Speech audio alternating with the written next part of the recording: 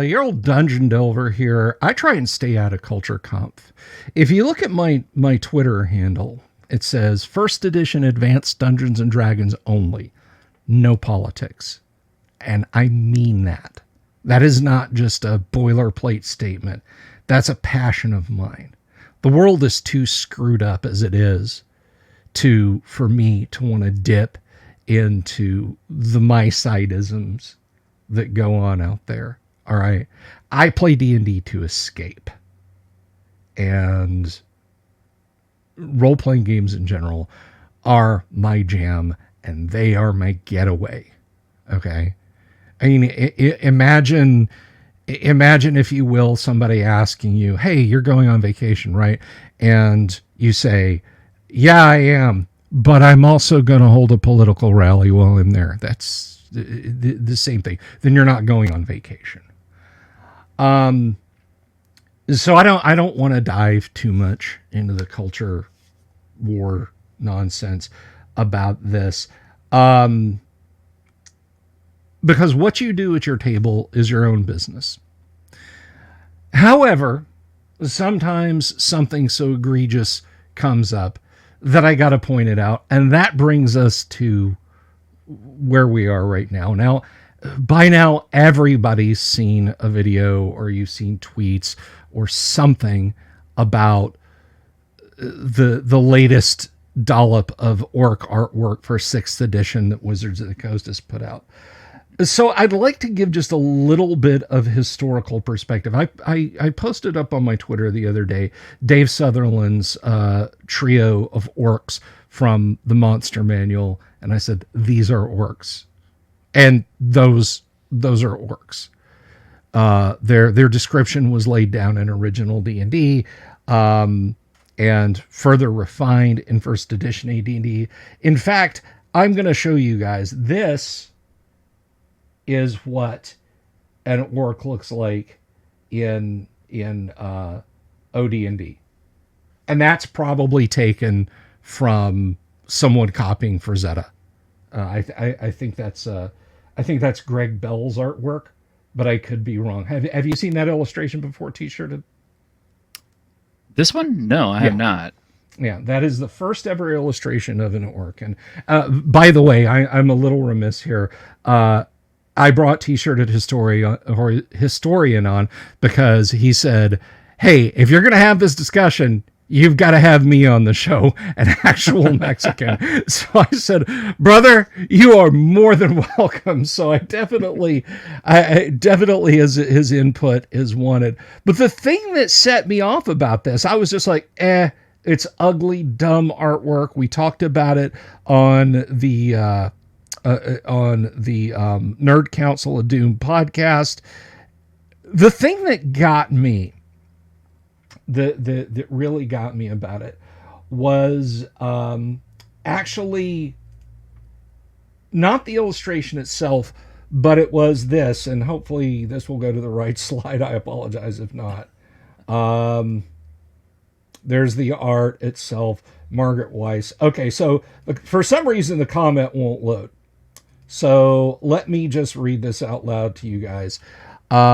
This was a tweet, and I'm not gonna share who made this tweet because I don't feel like it furthers the discussion to call anybody out and drag them. I mean, if folks want to call me out and drag me, that's their own agenda. But this individual said, the issue wasn't with orcs being evil. Well, let me start off. Taps mic, because you got to do that. You got to be like, I'm the MC and you're going to listen to me. So taps mic. 3 things. The issue wasn't with orcs being evil. The problem was orcs being evil and black-coded. T-shirted, as I was saying to you before we started up, the only place the first time I heard that was like 2016 or 2017. In 30 plus years of playing D&D with people from all over the United States and indeed the world, the first time I heard that was 7-8 years ago. I've never I never heard that argument before. Had you? No, and in fact, part of my RPing pedigree is playing with gamers who are in their 70s and actually, like my DM purchased his original 3-book box from Lou Zaki himself at a convention so many years ago. I mean, and in all that time that we have ever played and all the time that they have ever played, nobody has ever at any table at any time ever said that orcs were anything but monsters. I mean, green, toothy monsters. Usually with either pig faces or the Tolkien look. Yeah. I myself kind of like the World of Warcraft orcs, and I tend to use those guys as an inspiration for orcs that I run in my games, but never as a specific culture or race or ethnicity. And I mean, this is this is a fact. It's and 6th edition D&D is supposed to be set around Greyhawk as an example default setting. How far they'll go with that, I don't know.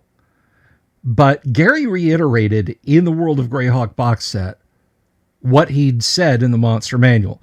Here are the tribes of orcs. They're all evil. Gary didn't get much into the every demi-human species has its own separate pantheon of gods. So for him, orcs were created by and worshippers of Hextor. But Grumsh, of course, is the popular deity, and then there's some others under him. But even then, it's Grumsh created the orcs. Yeah, and as kind of a sidestep, but on a similar theme, we talk about drow, and people have said that drow are coded for someone else, and I'm just like, no, drow are not. But the thing is, what gets me is by people pushing this narrative that all these different races aren't all evil or whatever, it has actually cheapened the existing lore that surrounds some of these characters. Like, Watsy's biggest drow poster boy, Drizzt, is no longer special. He's no longer anything because it's like, no, all the drow aren't evil. Just that one little group, and he's special because he's the only one who's not evil. I'm like, well, you got an entire 3 or 4 groups of drow now who aren't evil. Yeah. Yeah, I mean, now they're like violet skin. There's an alternate cover for the Dungeon Master's Guide. We were talking about this Saturday also. There's a golden skinned Drider who's got a guy wrapped up, which I don't mind the skin tone. I just think it was boring art to put on a Dungeon Master's Guide cover. That's something you would put inside a module or a monster manual, but that's, but this poster goes on, says, orcs have free will, and as such, some are evil and some are super chill. I hate that. Okay. Orcs don't have free will. They were created by Hextor or Grumsh. And then there's point 3. You can have your orc versions of Vikings or Huns at your table, NP at all. No problem, I guess, maybe. Stop whining. And you know what? I at least agree with the argument by terms of conversational direction there. You can do what you want at your table. I'm not saying anyone should or shouldn't do whatever they want at their table.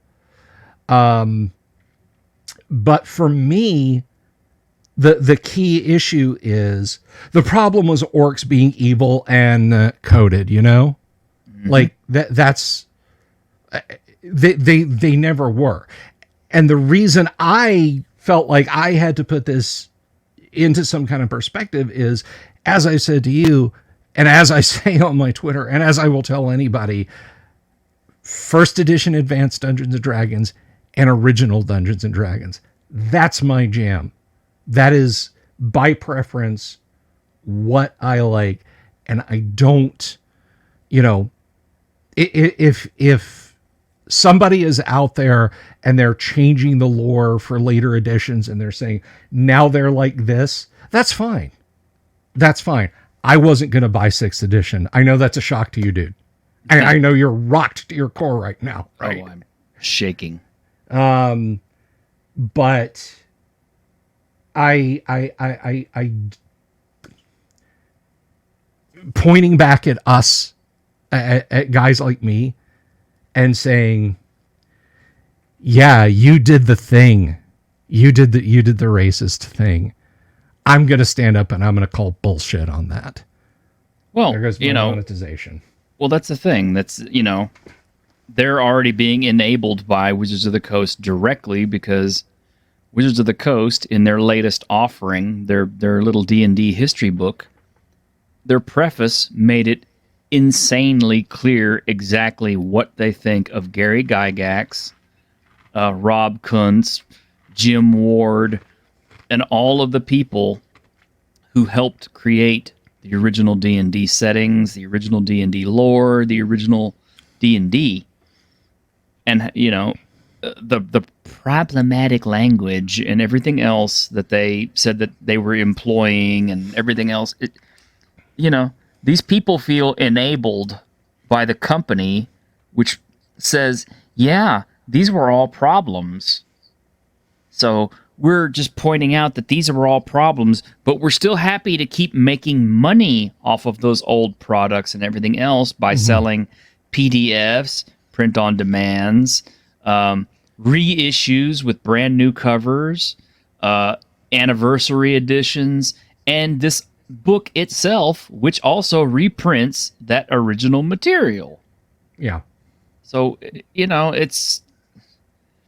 You can't have your cake and eat it too. It's like, okay, if all the old edition stuff is bad, wrong, and everything else, then why do you keep promoting it? Why do you keep profiting off of it? Yeah, and I mean, that's really the question. I have a foot in either stream here. On the one hand, I agree with what Dr. Tim Imholt said to me. He and I were talking. I know he was on your show recently, and he's been on my great guy, Tim. He said, because he's actually got the book and he's done a review of it, and I will link to that actually below, as well as T-Shirted's channel. By the way, guys, T-Shirted Historian has a fantastic channel, and you should absolutely subscribe to that. The Week in Geek, great show. I've been on there a few times, but the statement that he made was, he read the introduction and he said, "This is absolutely corporate lawyer boilerplate. This is not the impassioned words of someone. This was written by a group of attorneys who said, we have to have a disclaimer here because it's current year." With that said, you and I, T-Shirted, you and I both have read statements by Kyle Brink about what he thinks of half races, what he thinks of actual people of my ethnicity, and that people like me cannot leave the hobby fast enough. Yeah.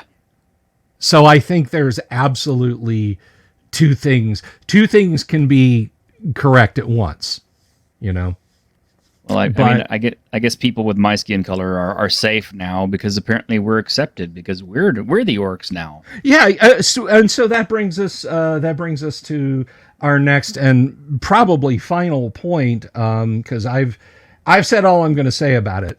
Do what you want at your table. No, us back in the 70s and 80s weren't a bunch of racists, but I want your opinion here, and I'm going to bring this up because I'm not speaking for you, but my gosh, this looks insulting. Oh yeah. So walk us through your feelings here, T-Shirted. What's exactly going on here? Okay, so basically, you have an artist who has taken my culture, Latino, Hispanic, and is using it as a costume for a fantasy race. He's got the traditional, Southwest, Mexican setting that these people are in.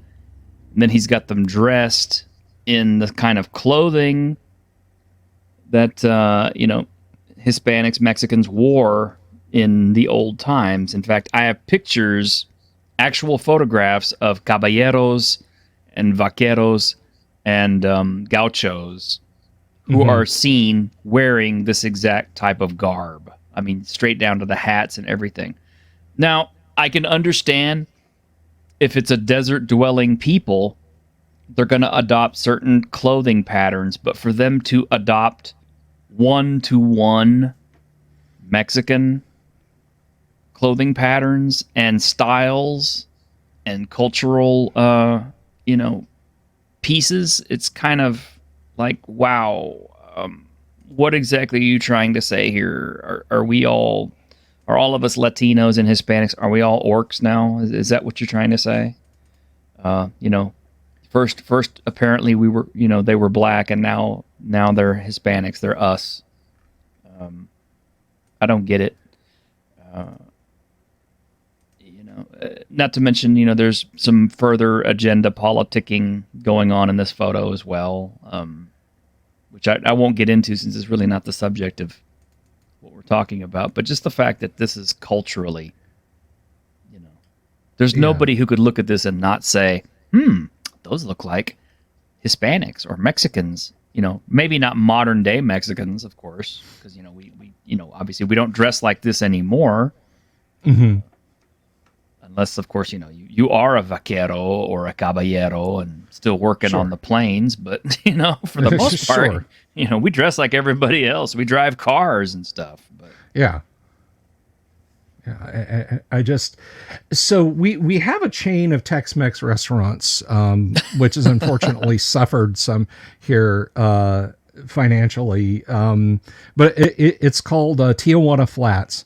And every restaurant has a unique piece of art covering one wall, and it's usually something very very, very well done, like barrio murals and stuff like that. This looks like that.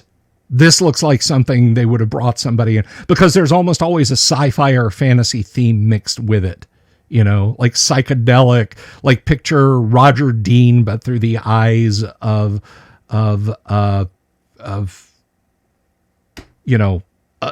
just specific Latin themes. This looks like it could be on the side of some Tex-Mex restaurant. And in this instance, I don't consider that a compliment. Oh, would you like to see some further elucidation on this? Because if you look at that character on the horse in the very background there under the rock. Yes. And then you compare it to this particular illustration, which was created by a Hispanic artist and is of a Mexican, a caballero. Let me share that for our audience. Yeah, you will see that they are strikingly pretty much almost 100% the same. I mean, that's desert scrub background, mountains, same hat, chaps, everything. It's like, wow. They're like one to one. Horse has all of its feet down. He's a little further forward in the saddle. Otherwise, yeah. So, and I mean, TSR artists for years paid homage, if you will, to other pieces of art. But in this case, perhaps the Wizards of the Coast artist should not have. Should have maybe thought better of that. And I think I think the real tell comes here, and this kind of flashed up on screen earlier. This is from Margaret Weiss. Fix the WotC orcs. I mean, can you get more authoritative, more definitive than that? I mean, I'm asking. Do you think you can get more authoritative or definitive than that? I mean, we already have Rob Kuntz's response to that up on X as well. Yeah. And here's the thing, okay? Being a Latino Hispanic, I don't particularly care if they're going to do that so much to the, but just come out and say it. I mean, I'm not trying to get this artist. This artist has some talent. I don't necessarily want to get him fired. I don't want to get him, excised from the industry or anything else. But it's a case of, maybe rethink your costuming choices and stuff. It's a fantasy world. Mm-hmm. These are completely supposed to be alien mindsets and thought processes and patterns and biologies and everything else. So their cultural aesthetics, their clothing aesthetics, everything about their design should be unique and created just for them. It shouldn't resemble anything from our world that closely. No, it shouldn't. And honestly, it's almost, and if you disagree with me, that's fine. It's almost a caricature. Yes. At this point. And I think what we're seeing here, T-shirted, and again, I want your 2 cents on this. We're going a little long here, but I think we can speak about this. Is this horseshoe theory? Have they gone so far around? Have they bent themselves so far around in an attempt to be inoffensive that they have, in fact, become offensive? I think what it is, and this is just my theory, I mean, nobody knows but the people at WotC themselves, but I think what has happened is because of the influx of normies, non-traditional gamers, people who have just been introduced to the hobby, people who are maybe picked up on it, by watching, Critical Role or something, by all these new people, this new influx of people coming into the game, they are trying to normalize it and make it seem relatable to people who might not otherwise be interested in fantasy, who might not be interested in this game. They're like, hey, look, this is not so different than what you're used to. These are relatable people. These are like the dwarves with the bread and stuff, and the anvils and the forge and everything else that's in the other pictures. It's just, they're trying to make it relatable every day, and like you could step in here, because increasingly what we see is a player base that sees themselves as the character and wants to inject themselves into the game or project themselves into the game. And so they're trying to make it more appealing to these kind of people who, maybe that's what their job is, baking or, being a barista or whatever. That's my only theory on this. That's the only thing I can think of as to why they're taking this direction with their art, their work, and everything else. And I think that's a shame. I think it's a real shame because it's something that's promulgated by Wizards of the Coast. I think you're absolutely right. And the tragedy is that a lot of people are getting their imagination stifled. I mean, when you and I were kids, I think, we're probably on opposite ends of a generation, you and I, but I think we're close enough together that what I'm about to say is true. But when I was a kid, I wanted to be Superman. I wanted to be Aragorn. I wanted to be Luke Skywalker or Han Solo. I wanted to do aspirationally heroic things. Yes. with fantasy in my mind, making my own comic book where I'm the superhero, writing a story about, myself having an adventure with Frodo, putting myself up on a higher level, and to have the game presented in such a way where it's like, and I pick on the Strixhaven barista thing. I know it's not Wizards of the Coast who wrote it, but they did approve it, and it does speak to a larger problem, and that is, I just got done with 16 hours at Starbucks, so I'm gonna fire up Discord or go to the comic shop or the library, or we're all gonna meet at my house, and we're still gonna be baristas. We're just gonna be baristas with pointy ears. Exactly. Race. And that's good. Race is a costume now. It's a skin suit. It doesn't mean anything. Yeah. And their new rules are going to enforce that and push that even more than any other edition by making race more or less meaningless. When I was a kid, we used to make fun of new Star Trek, and for our viewers, new Star Trek for me is anything after the animated series. We used to make fun of new Star Trek and even Babylon 5 and other sci-fi shows by saying it's the forehead of the weak club. So someone who they have on a superficial prosthesis, but they might as well just be humans. Exactly. There's some aspect of humanity thrown into a sharp, almost caricature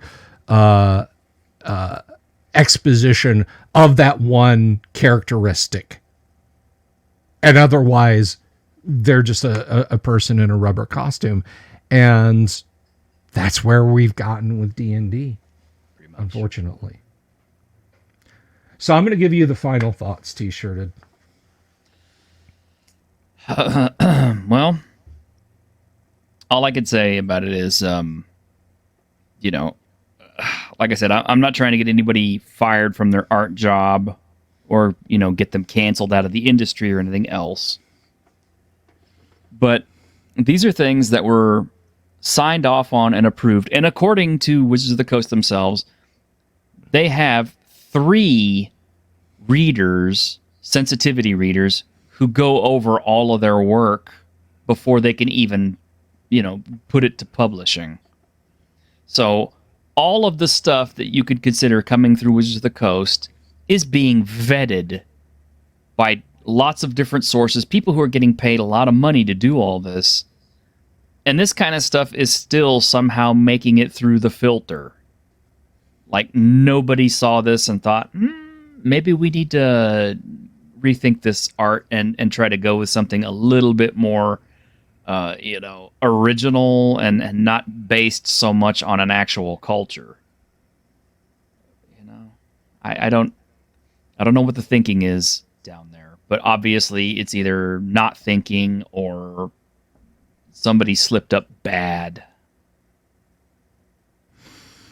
Yep, I think you're right. Somebody's asleep at the switch at Wizards of the Coast, and all I can say for fans of the upcoming edition is I hope things get better for you. Thank you, everybody, for watching the video. Thank you, T-shirted, for insisting that you be here, because it's always great to have you. I'm going to link to his channel down below, guys. If you haven't subscribed, please go do that. Please check out his channel. It is really awesome. And hey, like I said, I pop up on there from time to time too. Always. So I'll be back later. Of course, we have a live stream coming up this evening. Whatever evening you're watching this, I'm probably live streaming during it. So I will let you fine folks go. Thanks again to T-shirted, and we'll see you around. Peace. Thank you. Have you seen my owl bear?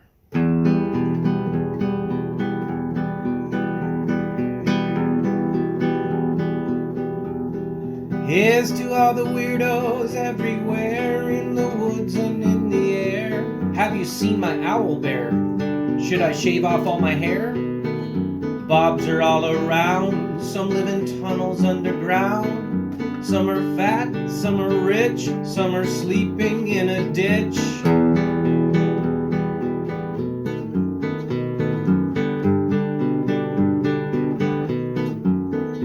Can you ride a crooked horse without a saddle, way off course?